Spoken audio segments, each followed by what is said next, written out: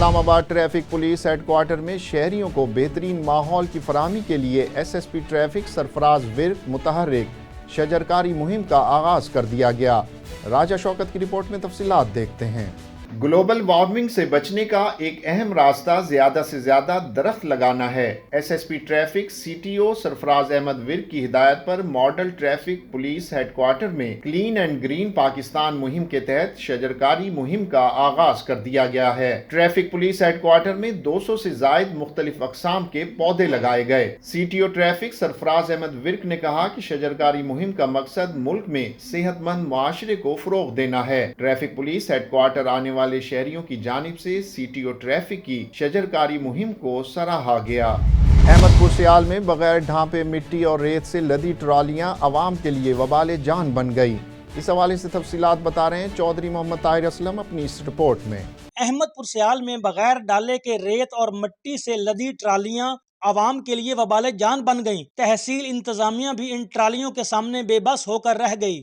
ٹرالیوں کو مٹی یا ریت سے کھچا کھچ بھر تو لیا جاتا ہے، لیکن پیچھے ڈالا لگا کر بند نہیں کیا جاتا اور نہ ہی انہیں اوپر سے ڈھانپا جاتا ہے۔ یہی وجہ ہے کہ یہ ٹرالیاں جب سڑک پر سے گزرتی ہیں تو نہ صرف مٹی اور ریت سڑک پر گر کر سڑک کی حالت خراب کرتی ہے، بلکہ اڑنے والی مٹی اور دھول سانس کی بیماریوں اور ڈسٹ الرجی کا بھی باعث بنتی ہے۔ ٹرالیاں جو ان کے اوپر تو کور ہونا چاہیے جس سے سڑک نہ گندی ہو، پہلی بات۔ دوسری بات یہ ہے کہ جب پیچھے سے موٹر سائیکل وغیرہ گزرتے ہیں ان کی آنکھوں میں پڑتی ہے، سڑک گندی ہوتی ہے، یہ سارے نقصانات ہیں، شہر میں آلودگی پھیلتی ہے۔ نا جو ٹرالیاں گزرتی ہیں ان کے پیچھے وہ جنگلہ انہوں نے نہیں لگایا ہوتا، جو دھول مٹی اڑتی ہے وہ آنکھوں میں پڑتی ہے۔ بعض اوقات زیادہ تر ایکسیڈنٹ انہی کی وجہ سے ہوتے ہیں، ان سے آنکھوں میں الرجی ہو جاتی ہیں، آنکھیں خراب ہو جاتی ہیں اور زیادہ تر مسافروں کو بہت زیادہ مسئلہ بنتا ہے اس وجہ سے۔ متعدد بار ایسی ٹرالیوں کے خلاف مہم چلائی گئی لیکن ناکام رہی۔ Chaudhry Muhammad Tahir Aslam, special T V, Ahmedpur Sial. Okara میں سردی کی آمد سے قبل ہی گیس کی لوڈ شیڈنگ بڑھنے سے خواتین کو امور خاندانی میں شدید مشکلات کا سامنا کرنا پڑ رہا ہے۔ صبح سویرے بچے اسکول و کالج بغیر ناشتہ کیے جانے پر مجبور ہیں۔ کاشف ندیم کی رپورٹ میں تفصیلات دیکھتے ہیں۔ اوکارا میں گیس کی لوڈ شیڈنگ بڑھنے سے خواتین کو امور خانہ داری میں شدید مشکلات کا سامنا کرنا پڑ رہا ہے۔ صبح سویرے بچے اسکول کالج بغیر ناشتہ کیے جانے پر مجبور ہو گئے ہیں، جس سے والدین میں کافی پریشانی دکھائی دے رہی ہے۔ کاروباری حضرات بھی بغیر ناشتے سے ہی اپنے کام کاج پر جانے کے لیے مجبور ہو گئے ہیں۔ ایل پی جی گیس کے ریٹ بڑھنے سے متوسط طبقے کی پریشانیوں میں اضافہ ہو گیا ہے۔ ایل پی جی گیس اور لکڑیاں اتنی مہنگی ہو گئی ہیں کہ وہ غریب آدمی صرف سوچ سکتا ہے لیکن اس کو استعمال نہیں کر سکتا۔ گھروں میں کھانا نہ میسر ہو تو لوگوں نے بازاروں کا رخ کیا، جہاں تندور مالکان کی جانب سے نان روٹی کے اپنے دام ہیں۔ تندور پر استعمال ہونے والے ایل پی جی سلنڈر کا ریٹ بڑھنے سے دکاندار حضرات بھی پریشان ہیں۔ شہری محکمہ سوئی ناردرن گیس پر برستے تو ضرور ہیں لیکن حکومتی بے حسی کی وجہ سے ان پر عمل نہیں ہوتا۔ متعدد بار سوئی گیس کے آفس کے سامنے شہریوں نے احتجاجی مظاہرے بھی کیے لیکن کوئی بھی سنوائی نہیں ہوتی۔ غیر اعلانیہ گیس کی لوڈ شیڈنگ سے گھروں کے چولہے ٹھنڈے پڑ گئے ہیں۔ عوام کا مطالبہ ہے کہ گیس کی لوڈ شیڈنگ کو کم کیا جائے اور ایل پی جی گیس کے ریٹ میں بھی نمایاں کمی کی جائے تاکہ عوام اپنا گزر بسر بآسانی کر سکے۔ میرپور ماتھیلوں میں فلسطینیوں سے یکجہتی کا اظہار۔ مقامی اسکول کے بچوں اور اساتذہ کرام نے اسرائیلی ظلم و ستم کے خلاف احتجاج کیا اور نعرے بازی بھی کی۔ شیراز احمد کی رپورٹ میں تفصیلات دیکھتے ہیں۔ میرپور ماتھیلوں میں جناب پبلک اسکول کے اساتذہ کرام اور ننھے بچے بھی اسرائیلی بربریت کے خلاف سراپا احتجاج۔ فلسطینیوں سے اظہار یکجہتی کے لیے اسکول کے بچوں اور اساتذہ نے اسرائیل کے خلاف نعرے بازی کی۔ نعرے تکبیر! نعرے تکبیر! فلسطین! فلسطین! اس موقع پر مقررین کا کہنا تھا کہ اسرائیل فلسطین کے مسلمانوں پر بمباری کر کے جارحیت کر رہا ہے اور ہزاروں مسلمان معصوم بچے روزانہ شہید ہو رہے ہیں۔ امت مسلمہ اپنے مسلمان بھائیوں کی شہادتوں پر خاموشی اختیار کی ہوئی ہے، جو کہ انتہائی ناقابل مذمت عمل ہے۔ یہ جو فلسطین میں اسرائیل کا ظلم ہو رہا ہے، ان کی معصوم بچے ہیں، معصوم عورتیں ہیں، ان کو جو مسلمانوں پہ جو ان کی بربریت ہے، جو ان پہ ظلم کر رہے ہیں، ان کی ہم پرزور مذمت بھی کرتے ہیں اور ہم نے جناب پبلک سیکنڈری اسکول کی طرف سے جو ہے نا فلسطین کے لیے جو ہے اظہار یکجہتی کا اعلان بھی کیا ہے اور ہم UNO کے سیکریٹری سے اپیل کریں گے کہ وہ جو ہے نا اس کو جنگ کو جلد سے جلد جو ہے اس کے لیے کوئی اہم اقدامات اٹھائیں تاکہ جو ہے بہت سے لوگوں کی حیاتی جو زندگی ہے وہ بچے۔ اساتذہ کرام اور طلباء کا کہنا تھا کہ مشکل کے اس وقت بھی ہم فلسطینیوں کے ساتھ ہیں۔ اس موقع پر بچوں اور اساتذہ کی جانب سے فلسطین کے عوام کے لیے عطیات بھی جمع کیے گئے۔ پاک پتن میں پیٹرولنگ پولیس کا کمیونٹی پولیسنگ کے تحت عوامی خدمت کا سلسلہ جاری۔ Punjab highway patrolling police نے گمشدہ بچہ تلاش کر کے ورثاء کے حوالے کر دیا۔ طارق محمود کمبو کی رپورٹ میں تفصیلات دیکھتے ہیں۔ Punjab highway patrolling police سیسل پوائنٹ کے incharge sub inspector Chaudhry Sohail Barkat نے 3 دن قبل منچن آباد مدرسے سے بھاگنے والے 9 سالہ محمد کاشف کو تلاش کر کے ورثاء کے حوالے کر دیا۔ گمشدہ بچہ لاہور کا رہائشی تھا اور دینی تعلیم کے سلسلے میں منچن آباد میں رہائش پذیر تھا۔ گمشدہ بچہ ملنے پر ورثاء نے پیٹرولنگ پولیس کا شکریہ ادا کیا۔ یہ بچہ میرا 3 دن تو لاپتہ سی، مدرسے چ نسیا سی کہ اسی بڑی پریشان سے تلاش کرتے پھر کہ اج انہوں نے مہربانی پیٹرولنگ پولیس کی فون کیا ہے، انہوں نے تلاش کر سارے حوالے کر دیا۔ میں بہت شکر گزار ہوں پیٹرولنگ پولیس۔ سیالکوٹ میں مساج سینٹر پر چھاپا، مینیجر سمیت 5 مرد اور 5 خواتین کو گرفتار کر کے مقدمہ درج کر لیا گیا۔ پولیس نے مزید تفتیش کا آغاز کر دیا۔ مصطفیٰ علی کی رپورٹ میں تفصیلات دیکھتے ہیں۔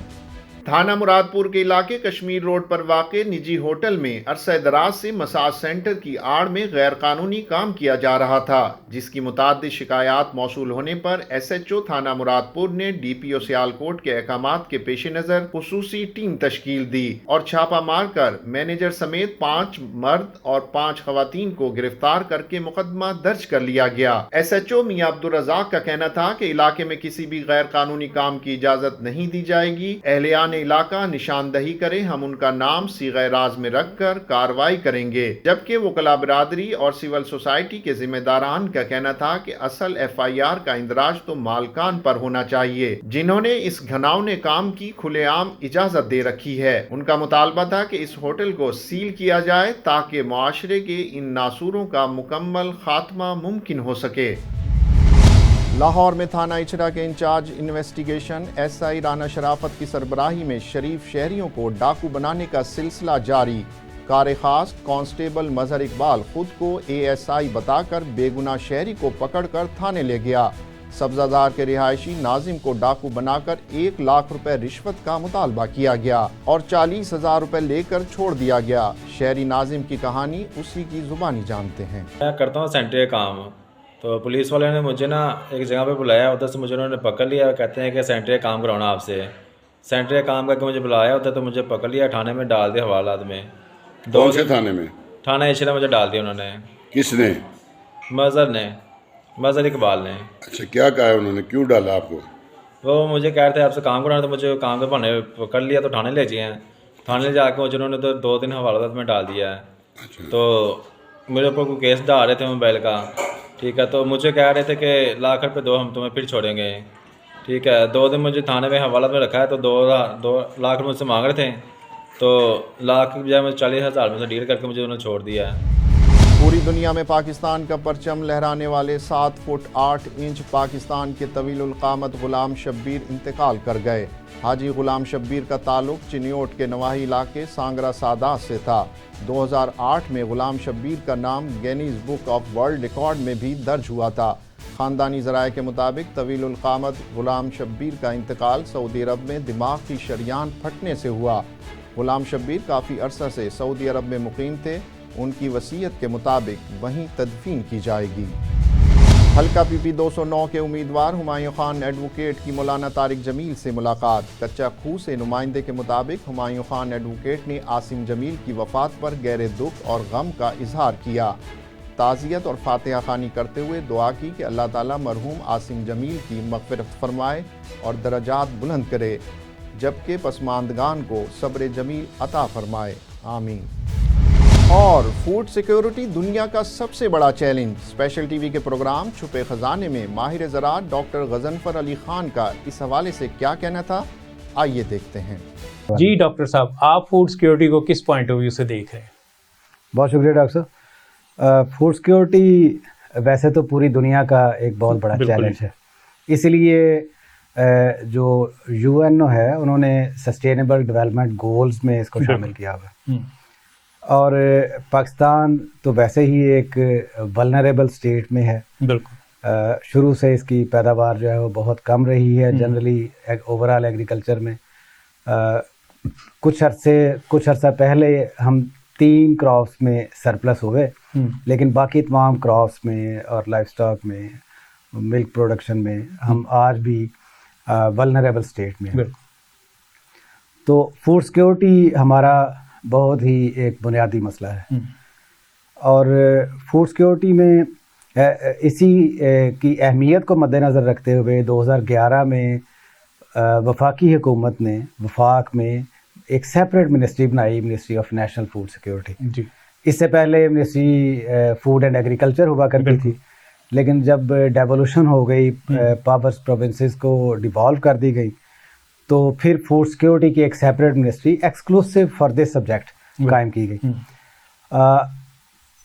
گو کہ فوڈ سیکیورٹی پہ بڑا ہنگامی بنیادوں پہ کام کرنے کی ضرورت تھی, لیکن ہمارے جس طرح سے مسائل چل رہے تھے اس میں تھوڑا ٹائم لگا, اور الٹیمیٹلی 2018 میں ministry of national food security نے حکومت پاکستان سے منظوری کے بعد ایک national food security policy notify کر دی.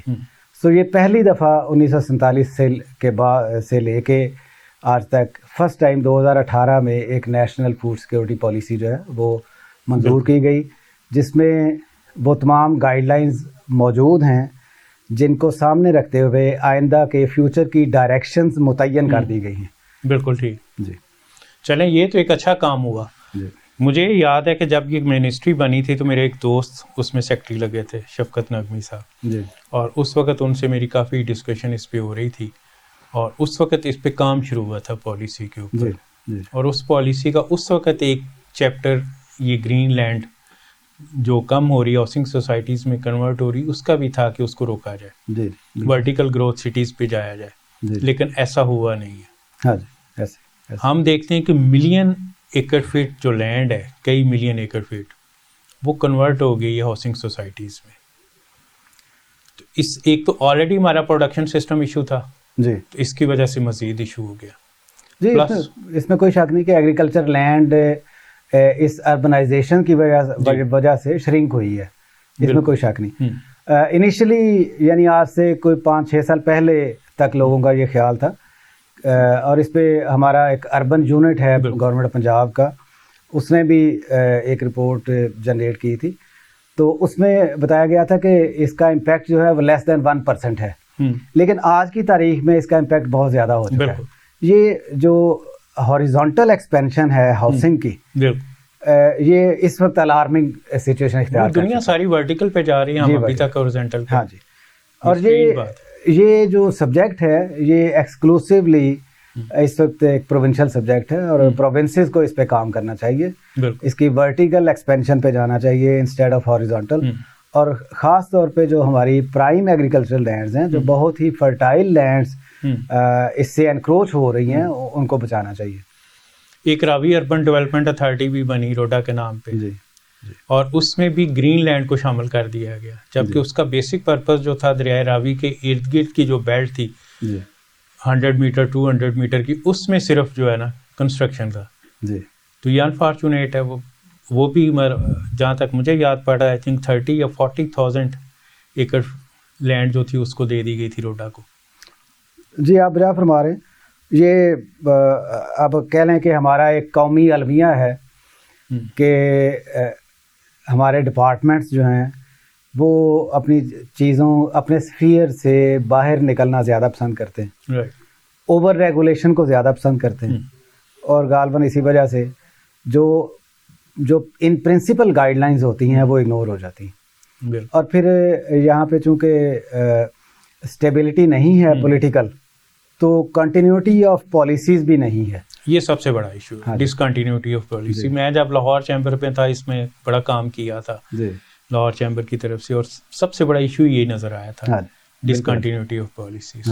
اسپیشل ٹی وی سے فی الوقت اتنا ہی. مزید معلومات کے لیے دیکھتے رہیے اسپیشل ٹی وی.